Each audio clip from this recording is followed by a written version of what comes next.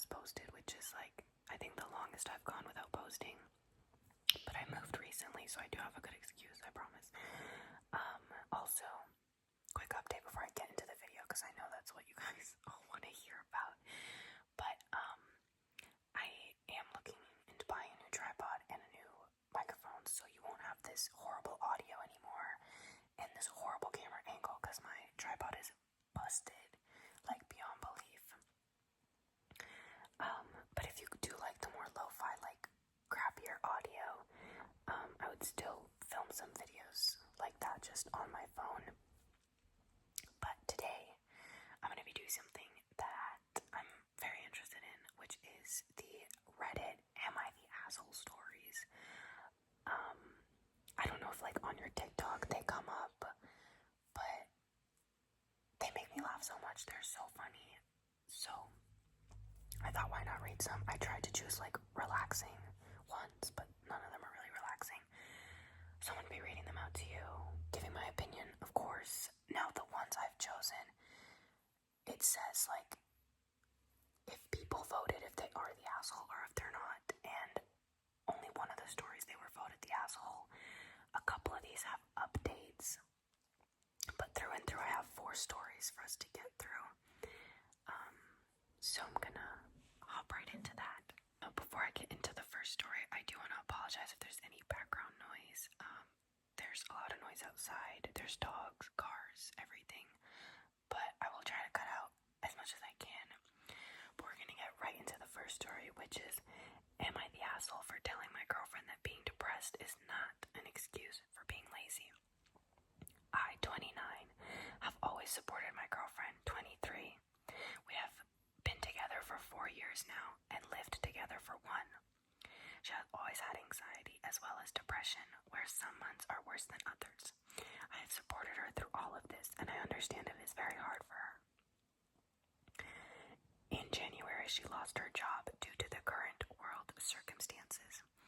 By March, she hit a low point with not eating as much, crying, irritability, typical traits of depression. I have comforted her as much as possible and taken care of everything.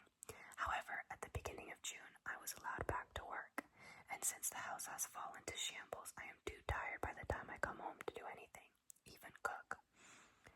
Most nights we order takeout, and on the rare occasion she makes food. The floors aren't being washed. Hoovering isn't being done. This is a British person. Laundry is a mountain and dishes are everywhere. I try keeping on top of it, but with work it is almost impossible. She is home all day. She lies in bed till late afternoon, watches Netflix, eats bowls of cereal, and naps. That's about it. I've tried to gently coax her to do more, and she says she will get to it, but never does. I finally snapped. I told her I was sick of her doing nothing all day and leaving the housework to me. That if she is here and I am working, she needs to be pulling her weight. She got upset and said that she wants to, but she can never find the motivation, that she is tired all the time. I said I understood that she was depressed, but it isn't an excuse to do nothing and be lazy. No one likes housework. But I won't take any more excuses about it. She needs to start doing it or leave. Next day I come home to a clean home and a note from her saying she was sorry and is going to stay with her mother. Her mom helped her clean before they left. I tried calling, but she wouldn't pick up. When I rang the house, her mother answered and had a lot to say. She was furious, telling me about how she is struggling and I am making her worse.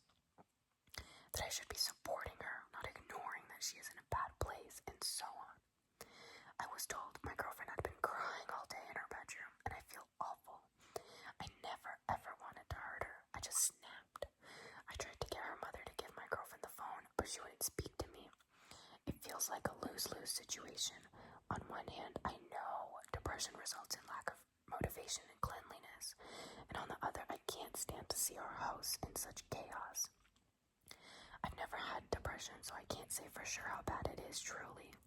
But that's why I find it more difficult to 100% empathize. Am I the asshole for telling her depression isn't an excuse? then the person put like some extra information at the bottom. I'm not sure if people asked questions or what. She has a therapist and talks regularly with them. Okay, good. That was going to be one of my questions. Her depression is worse since losing her job. Usually she is quite clean and tidy. We don't usually have this issue. She is looking for a job despite depression. I have enough money to support both of us in the meantime. I'm going to give my opinion now, and then I'll give my opinion again after we get the update. But I do agree that, like, since he's already trying to help a little bit and clean, it's not like she had to clean everything on her own. He's clearly pulling his weight. And it's only 2 people. Like, how messy can you really make a house? And I mean, if she has a therapist and everything, I'm 100% sure that that therapist is telling her that she needs to clean and she needs to do something, because being in your bed all day makes things worse. I don't know. I feel like we need to see this update and see what he added to it. Okay, so this update is quite long. Okay, this is the update. Ultimately, I realized that the majority of the blame was mine. I never ever should have called her lazy, because that isn't what she is. I lashed out and I shouldn't have. I mean, it is kind of lazy, but whatever. She stayed at her mother's for a few days, and we eventually met up to talk. I told her how it just got too much for me, but it was no excuse for lashing out, and I apologized. She apologized also, not that she needed to, and we talked for a long while about how we can make our relationship work. I expressed my concerns over her therapist, who was very against anything other than talking therapy. She agreed that he didn't seem to really have her best interests at heart, and she is currently looking for someone new. For now, I suggested she stops looking for work. She got a lot of rejections, and I could see it was upsetting her more. I just felt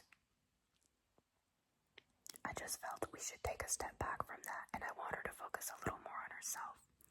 She was unsure as she felt bad that I would be working for both of us, but I assured her it was fine. I make enough to support us both quite comfortably.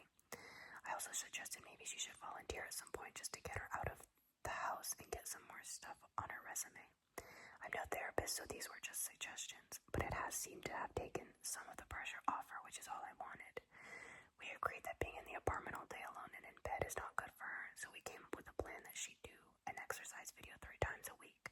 It's only a 10-minute one, just so she is doing something. She has found she likes doing them. Make her feel a bit better after, and has started something called yin yoga now too. To help me, she has 1 chore a day to do. I don't care what it is. It could be dishes, or it could just be putting the laundry in the hamper. This rule has at least gotten her out of bed for part of the day, and she has found that once she starts, she sometimes ends up doing more than one thing. I make sure to show my appreciation for whatever she has done, no matter how small it was. We have set out that every Sunday we will have a deep cleaning day where we get everything done for the week. This has been surprisingly successful. We make it fun and just mess around while still getting things done. It makes the week a lot more manageable when we only have light chores to keep on top of. She is trying more, and I'm also working on being more supportive about her depression. I'm searching it more and learning ways I can help her, because it is a part of her. We are both putting more effort in and communicating a lot better. I hope we keep making progress, because I do love her very much and want us to work. Honestly, I feel like that's the best update to this story that could have been given. I'm glad that things worked out. It's a very tricky subject, depression and everything. I think they both handled it well. She compromised, he compromised, and I feel like that's really all they could do. There's like not much to say, because this one actually ended well. And he in fact was not the asshole in either the original or the update. Okay, so this second story actually has been labeled as the asshole, so it's the only one out of the ones that I picked, but it's, am I the asshole for not telling a guy I've been dating for a month that I'm having artificial insemination to be a single mother? Prior to lockdown, I decided to be a single mother by choice. The journey to accepting this has taken 2 years and included counseling and a very thorough plan to ensure I could do this alone. I was happy with my decision, and I was at a good place in life where I realized my desire to be a mother was stronger than looking for a partner, which which may or may not happen, and with my fertility declining, I chose to go down this path as a solo woman. Right before I was due to have artificial insemination with donor sperm, the pandemic hit. The treatments were canceled. There was no timeline for when things may reopen. For a few days, I was devastated as I was so mentally prepared for this.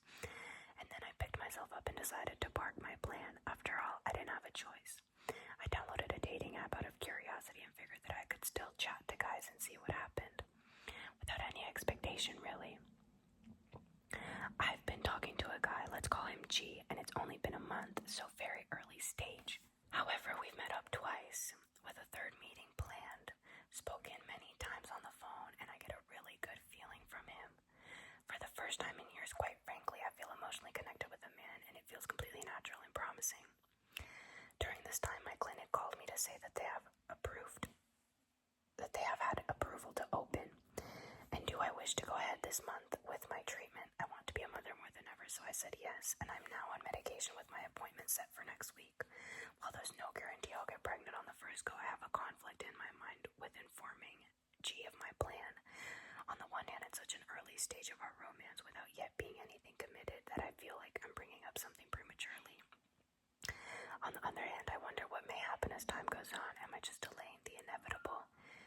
Is it deceptive of me not to inform him of something so fundamental in my life?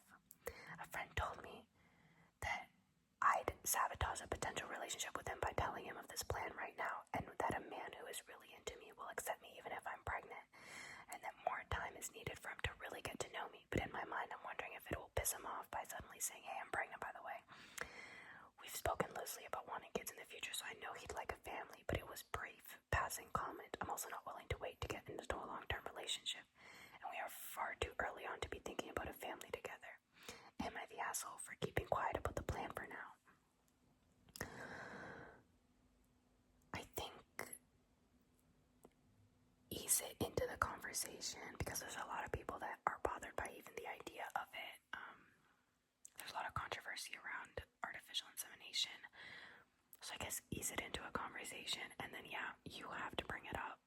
I mean, think about it. If you had a kid, you would bring it up on the first date. So you're going to have a kid inevitably. So yeah, you should say something if things are going well and you want something with this person, because that means that they're also committing to having a child if they stay with you.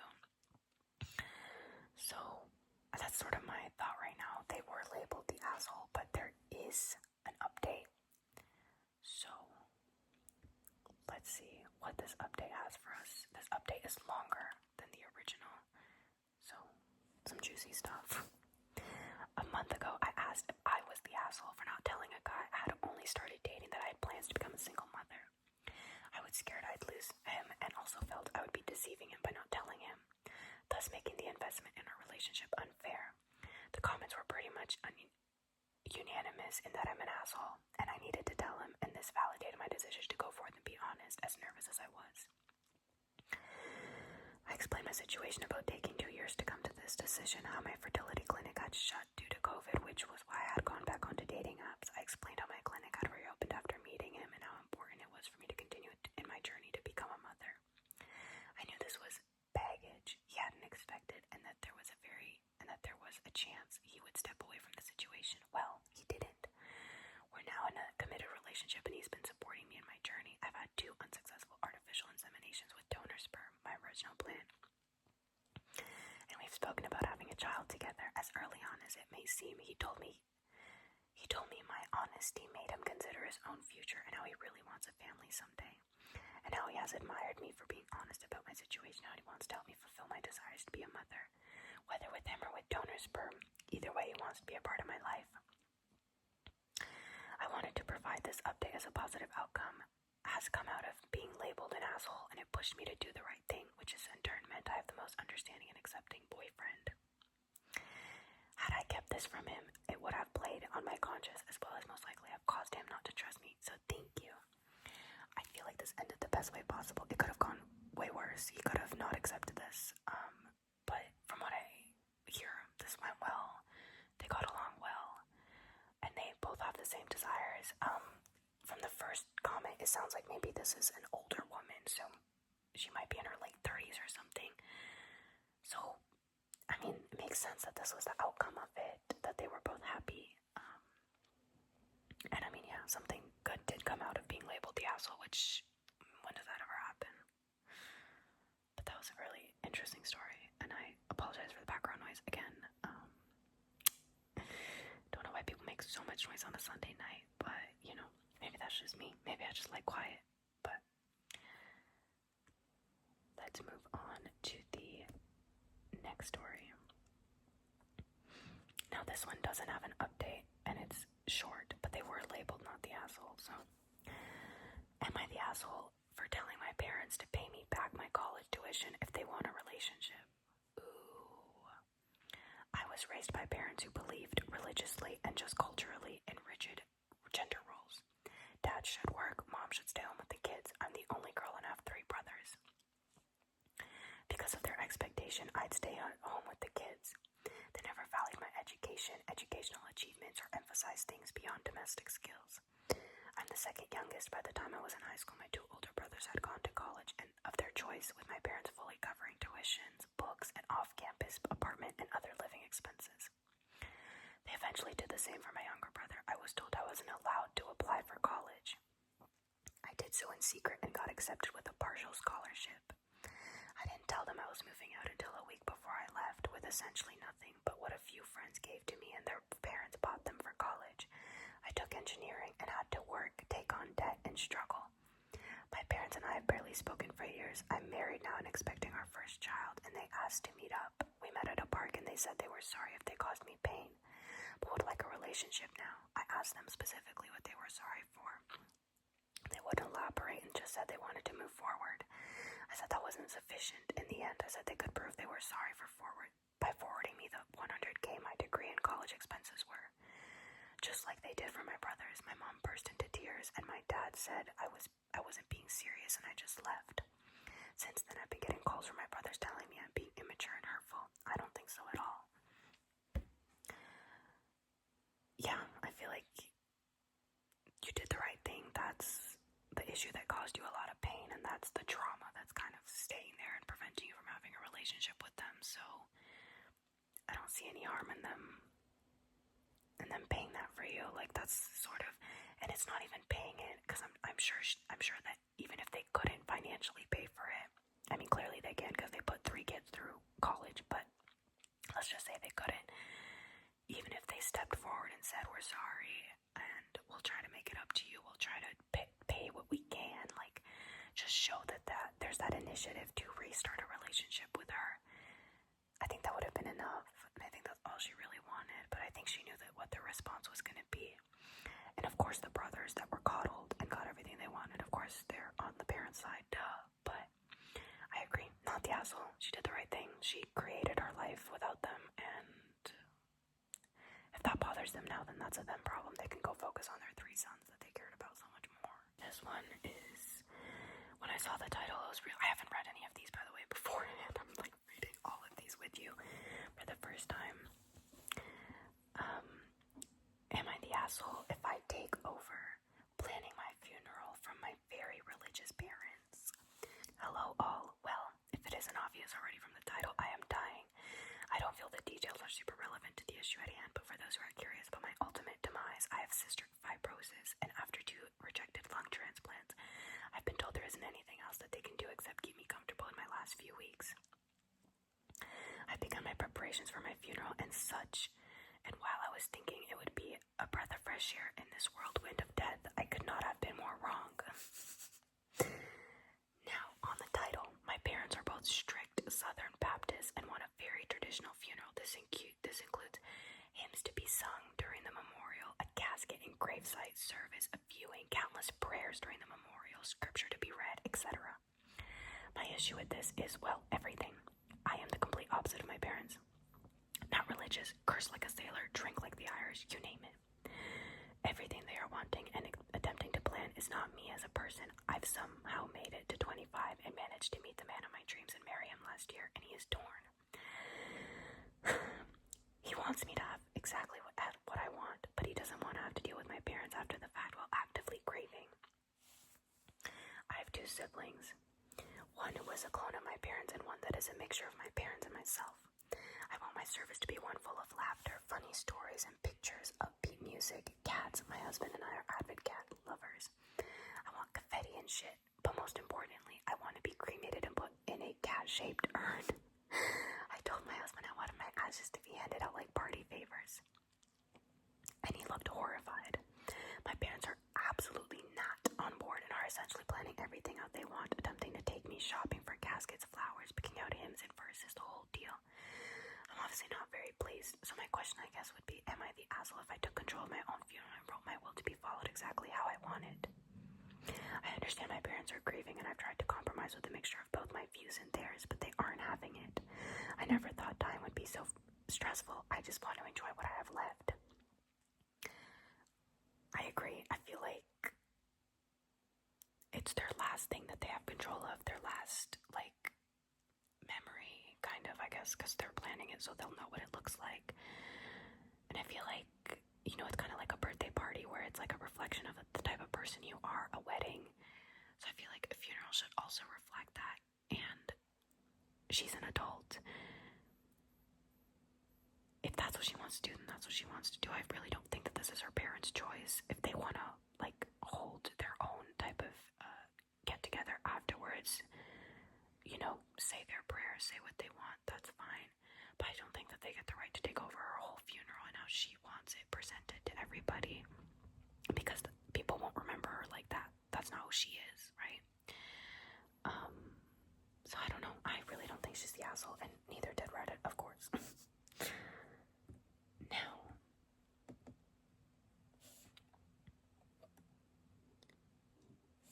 let's move on to the last Am I the Asshole story that I have for you guys. This one is quite a long one too. Oh, my goodness. Okay. Am I the asshole for uninviting my fiance's brother's new girlfriend from the wedding after she caused a scene? I love wedding drama. It's always so crazy.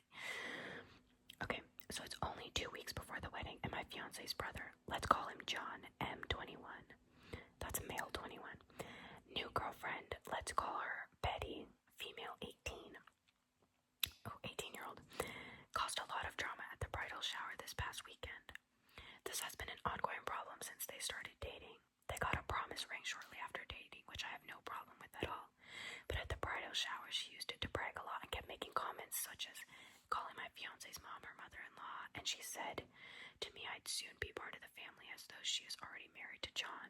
She also spread a rumor about one of the nicest ladies at the bridal shower, my neighbor, saying she had flirted with Betty's father, not father-in-law, her real father, which was merely impossible as she is married and is one of the most kind-hearted people I know and has never met Betty. We asked the neighbor if she was indeed at the pub where Betty works at the previous night where Betty claimed it happened, and the neighbor said no, she was at home. A lot more went down, and after Betty was extremely rude to my maid of honor, I had to go up to her and ask her to stop being rude to my guests and to please stop gossiping. Shortly thereafter, a lady on their table came up to me and asked to sit with me as she couldn't stand the bad-mouthing by Betty at the table. My maid of honor then took it upon herself to uninvite Betty as she caused a lot of problems and genuinely just took away from one of the special moments of my life. After she sent her a message, Betty simply ignored it. My maid of honor then told me about this, and I decided that she was right and it was her duty to make the wedding run smoothly.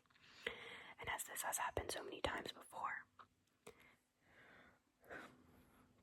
my fiance's father thinks I'm tearing the family apart for uninviting her, even after I said that John was still to come as a groomsman and as my fiance's brother. My fiance's dad and brother have decided that if Betty is not invited, they would not attend either. I'm honestly stuck on what to do. My fiance feels that if his family chooses John's new girlfriend over his wedding, then they don't care about him enough. It hurts to be in this situation. We want our wedding to run smoothly and be drama-free, and Betty might not make this possible, so am I the asshole for uninviting Betty?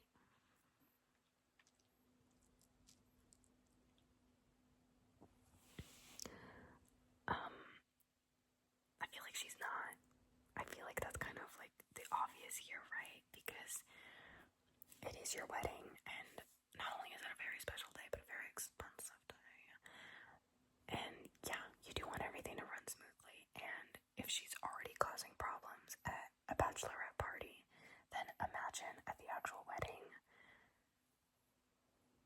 it's the same reason that some people won't have kids at theirs and things like that. You just want it to run as smoothly as possible. You're already stressed months going into it. So I understand if she's disrespectful, if people aren't comfortable around her and she's causing issues, then I don't see why she would need to be invited. She's also 18. She's like a girlfriend, so I'm assuming her and the brother haven't been together for that long. So I mean, like, it's not like you're uninviting like somebody's wife or something like more long term, more serious. This is literally like a short term girlfriend from the sounds of it. So, and also, she's not anything like blood related. Like you said, you know, like the lady said in the Reddit post, the brother was still invited and everything. Like, they didn't uninvite anybody else just because of her. So I really don't see the issue. There's so many weddings where you can't even